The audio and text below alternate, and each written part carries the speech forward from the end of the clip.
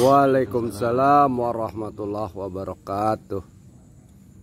Mendengar paparan dari Yai Faiz tadi tentang keutamaan dan kemuliaan yang didapatkan oleh seorang anak dari kebaktiannya kepada orang tua.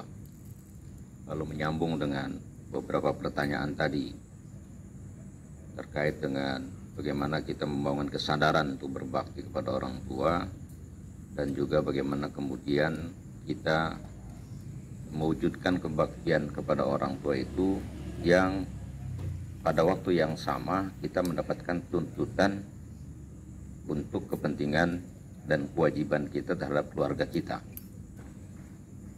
Sebenarnya kalau kita pahami riwayat-riwayat yang ada, kebaktian kepada orang tua itu nggak bisa ditawar-tawar.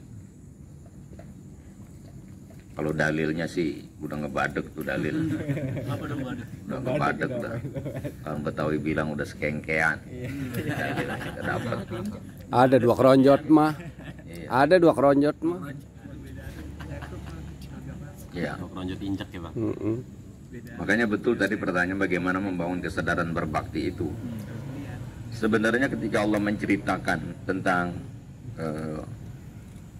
Allah menciptakan manusia itu lewat proses-prosesnya itu yang 40 hari dari nutfah menjadi alaqah menjadi mudghah, segala macam itu sampai Allah menyempurnakan kejadian kita. Itu mewujudkan membangun kesadaran kita bahwa kita hidup ini lahir dari sebuah proses panjang, dan Allah menggunakan domirna itu kan karena memang ada keterlibatan. Nah, di sini keterlibatan orang tua kita itu boleh dibilang ya sangat-sangat besar. Kita lahir bukan dari batu, kita bukan ujug-ujug turun dari langit, tapi lewat sebuah proses yang sudah natural seperti itu, yang benar-benar melibatkan orang tua. Dengan kata lain, kita nggak ada sekarang ini kalau nggak ada orang tua. Singkatnya segitu aja. Kita nggak ada kalau nggak ada orang tua. Maka kecintaan apapun sesungguhnya, kecintaan kepada orang tua itu nggak bisa lepas. Penghormatan, penghargaan kepada orang tua itu bagian daripada kita menghormati diri kita sendiri. Menghargai orang tua itu juga cerminan kita menghargai diri kita. Tanpa itu jangan melihat bahwa kita punya harga, punya nilai. Makanya saya sering bilang kepada jamaah, kalau kaum bapak saya ngomongnya beda, kalau kaum ibu saya beda lagi. Pada kaum bapak selalu saya bilang, pada kaum bapak, betapapun istri itu, dia tidak bisa bergerak dan melakukan apapun tanpa izin suami. Tapi tolong sebagai suami yang bertanggung jawab, jangan putuskan cintanya istrimu dengan orang tuanya. Jangan jauhkan istrimu dari kebaktian kepada orang tuanya. Kewajiban kita membimbing istri untuk bakti kepada orang tuanya. Jangan kau rebut cintanya. Jangan kau putus dengan kau cintai dia, dia mencintai kamu, lalu kau putus cinta anak kepada orang tuanya. Bohong kita mencintai istri kita kalau kita tidak mencintai dan membangun kecintaan istri kita kepada orang tuanya, karena dia lahir itu dari orang tuanya.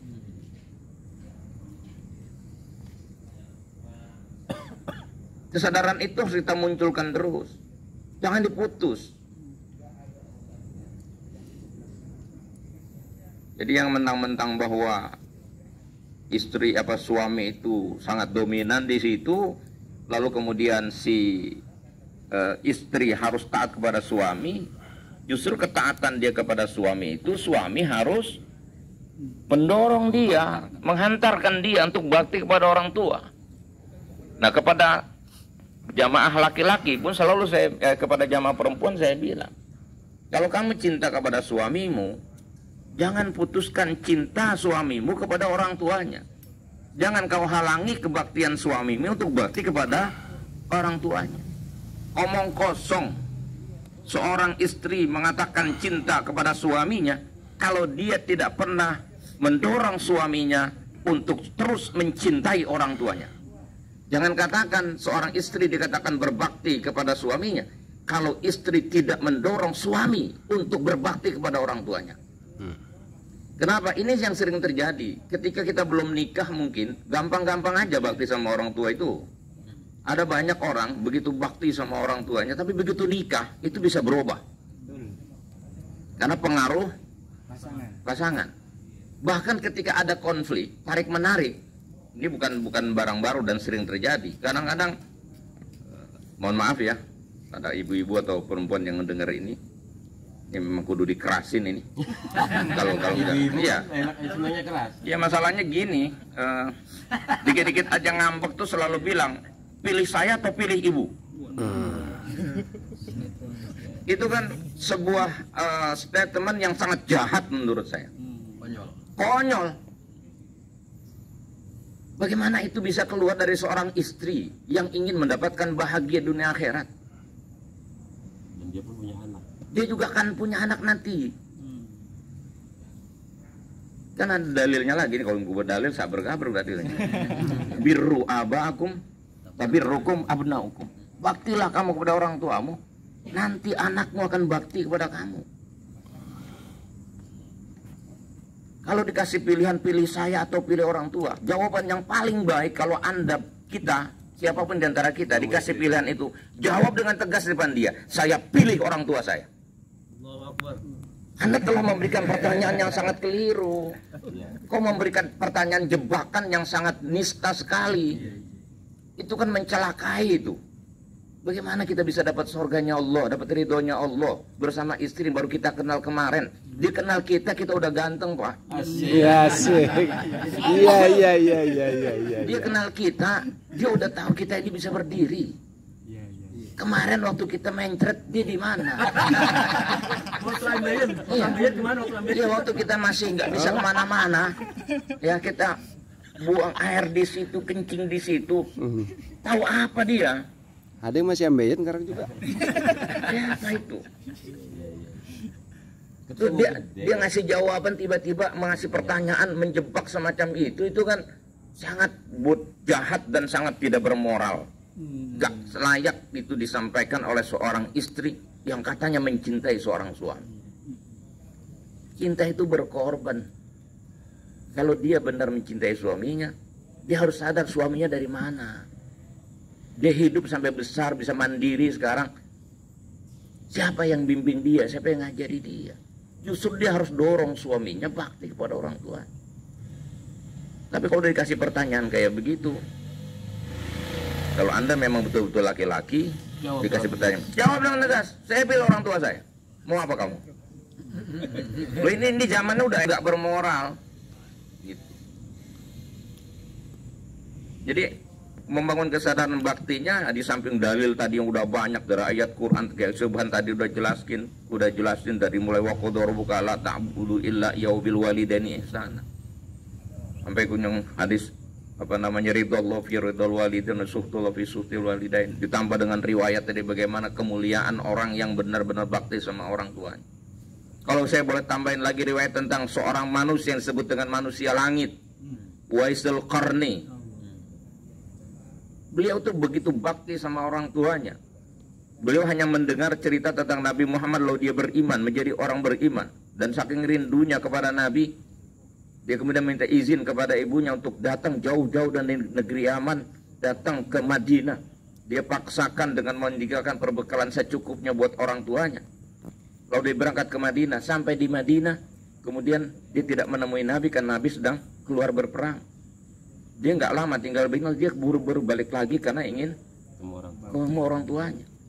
Padahal, Masya Allah, siapa yang tidak mengidam-idamkan ketemu Nabi? Udah terlanjur jauh datang ke situ sebenarnya. Dia kan nunggu kalau mau, tunggu. Tapi demi baktinya sama orang tuanya, dia rela tidak bertemu Nabi, walaupun kerinduannya sudah memuncak luar biasa karena kekhawatiran kepada ibunya. Dan itu yang Nabi bilang manusia langit, yang Nabi pesan kepada Sayyidina Umar, kepada Sayyidina Ali. Nanti kalau kamu ketemu seorang yang namanya Waisul Qarni, kau mintalah doa. Karena doanya itu mustajab. Itu disebut manusia langit. Coba bayangkan, Nabi sampai pesan kepada orang yang sebut dengan, siapa yang gak kenal Sayyidina Umar? Siapa yang gak kenal Sayyidina Ali? Madinatul Ilmi Sayyidina Ali. Umar orang yang sangat bijak dan cerdas, yang sangat-sangat tegas, sampai-sampai mencari-cari orang. Setiap kali musim haji dia mencari orang yang namanya Uwaisul Qarni. Masya Allah, mustajabnya dia itu, kemuliaannya itu, walaupun di bumi ini dia mastur, tapi masyhur di langit karena baktinya sama orang. Luar biasa. Kita bertebang kenal perempuan aja udah lupa sama orang tua. Itu fitnah yang luar biasa, musibah. Nah kalau kita diantara kita ada yang kayak begitu, masih punya kesempatan tobat deh. Apalagi mau orang tuanya masih ada. Oh saat ini, kalau tadi ada yang gampang, ini pilih kerja, cari nafkah orang keluarga, apa pilih orang tua. Kalau ngeliat riwayat dari ini, ngeliat riwayat Uwaisul Qarni, terus ditambah ada lagi riwayat seorang pemuda datang kepada Nabi, saya mau ikut perang. Lalu ditanya, kamu masih punya orang tua? Punya. Kamu pulang, rawatkan orang tua kamu. Coba lihat, berperang di jihad di jalan Allah, satu tuntutannya sangat luar biasa dan jaminannya sorga. Tapi Nabi kasih pilih sama dia, bukan berangkat perang. Kalau masih punya orang tua, kamu rawat aja orang tua kamu. Itu berarti nilai jihadnya lebih besar, apalagi cuma nyari duit. Maka kalau saya boleh sarankan, pulang ente. Alhamdulillah. Iya, benar. Benar, duit bisa dicari dimanapun. Tapi ridho Allah, ridhonya orang tua, kapan kita lakukan kebaktian? Sekarang mau masih hidup. Saya hari ini udah nggak punya orang tua lagi, sudah meninggal. Masya Allah, sunyi hidup itu. Kalau nggak ada orang tua, sepi sekali rasanya. Kehilangan kita, benar-benar kehilangan. Seperti ya sudahlah, kita mau ngomong apa, kondisi seperti ini. Artinya mumpung masih ada orang tua, nggak usah takut dunia. Kalau Allah udah ridho sama kita, luar biasa. Urusan dunia itu selesai. Walaupun memang ya perlu proses, tapi dijamin nggak mungkin orang yang mau mencari ridhonya orang tua, kemudian dengan ridho orang tua Allah akan ridho sama kita. Allah biarkan kita dalam kesengsaraan, nggak mungkin itu. Nggak mungkin, yakinkan itu pada diri kita. Cuman memang problemnya nanti membangun komunikasi dengan nah itu lagi sih dia nanti pilih saya apa pilih you.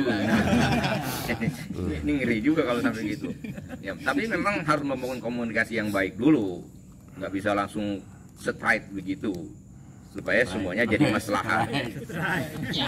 Straight bukan strike. Oh, udah kepengen strike. Artinya mau langsung begitu ya radikal sekali itu. Tapi harus ada proses pemahaman yang utuh. Apa sih yang kita cari sekarang di dunia ini? Kemarin-kemarin saya kalau punya uang, saya tawarkan ibu saya mau makan apa, mau pakai apa, mau kemana. Sekarang saya punya uang, saya mau tawarin siapa? Nggak punya orang tua lagi. Kang Amin.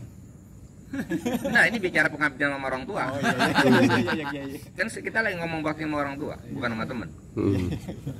Kalau teman kan kasihnya sepanjang pintu, Bukan sepanjang jalan. bukan sepanjang jalan. Kalau anak sepanjang zaman, kalau orang tua kamu sepanjang masa.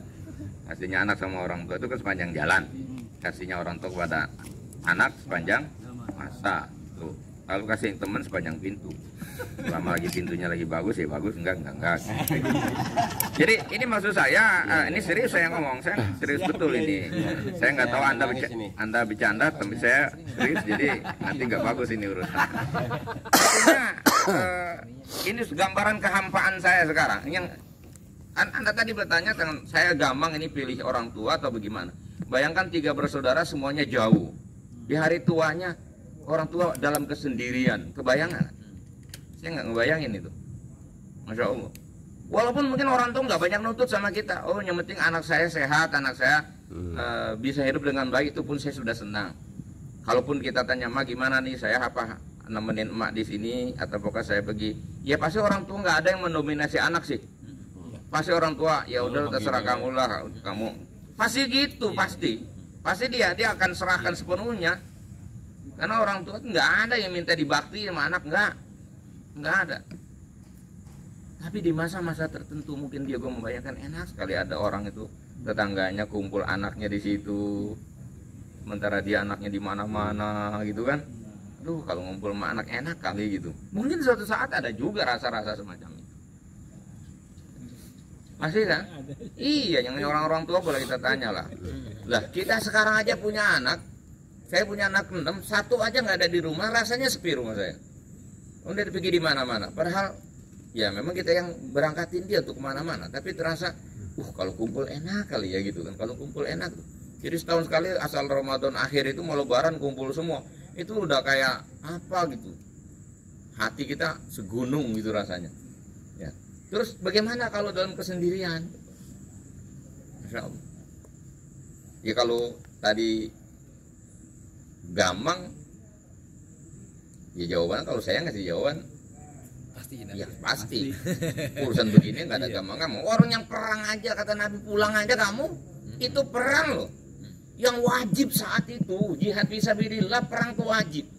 Itu tahu gak cerita tentang 3 orang yang tidak berangkat perang ke Tabuk kemudian dihukum tuh alat salatatil ladina khulifu hatta idza daqat alaihimul ardu ma ruhbat wa daqat alaihim anfusuhum.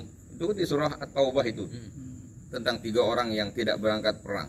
Kenapa? Karena memang begitu wajibnya, begitu pentingnya jihad fisabilillah. Tapi dibandingkan bakti sama orang tua, masih diberikan ruang orang tidak berangkat perang dengan alasan mau bakti sama orang tua. Luar biasa itu riwayat. Ya, ini yang saya bilang tadi, bagaimana kita membangun kesadaran utuh. Saya pikir penjelasan saya ya lebih dari jelas kayaknya. Gitu. Menurut saya itu. Terima kasih. Terima kasih Kiai Zuhri, luar biasa.